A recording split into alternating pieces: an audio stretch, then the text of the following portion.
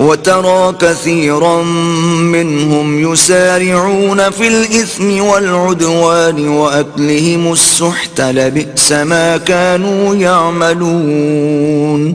اور تم دیکھو گے کہ ان میں اکثر گناہ اور زیادتی اور حرام کھانے میں جلدی کر رہے ہیں، بے شک یہ جو کچھ کرتے ہیں برا کرتے ہیں. لولا ينهاهم الربانيون والأحبار عن قولهم الإثم وأكلهم السحت لبئس ما كانوا يصنعون.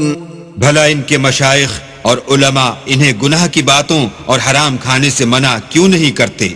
بلا شبہ وہ بھی برا کرتے ہیں. وقالت اليهود يد الله مغلولة غلت أيديهم ولعنوا بما قالوا بل يداه مبسوطتان ينفق كيف يشاء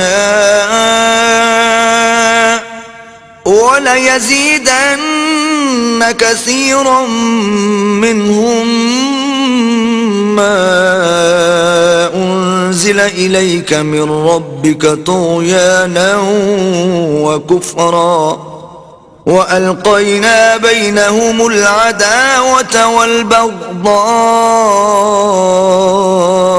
إلى يوم القيامة كلما أوقدوا نارا للحرب أطفأها الله ويسعون في الأرض فسادا والله لا يحب المفسدين.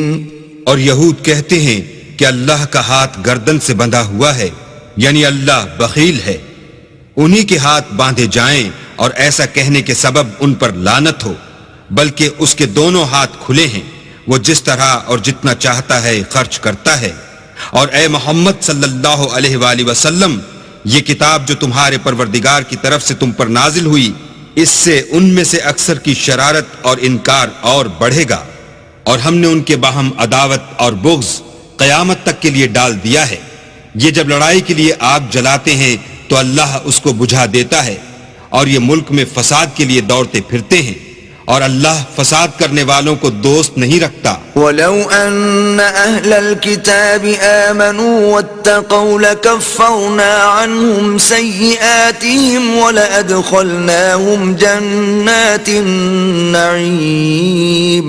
اور اگر اہل کتاب ایمان لاتے اور پرہیزگاری کرتے تو ہم ان میں سے ان کے گناہ محو کر دیتے اور ان کو نعمت کے باغوں میں داخل کرتے. وَلَوْ أَنَّهُمْ أَقَامُوا التَّوْرَاةَ وَالْإِنْجِيلَ وَمَا أُنزِلَ إِلَيْهِمْ مِنْ رَبِّهِمْ لَأَكَلُوا مِنْ فَوْقِهِمْ وَمِنْ تَحْتِ أَرْجُلِهِمْ مِنْهُمْ أُمَّةٌ مُقْتَصِدَةٌ وَكَثِيرٌ مِّنْهُمْ سَاءَ مَا يَعْمَلُونَ.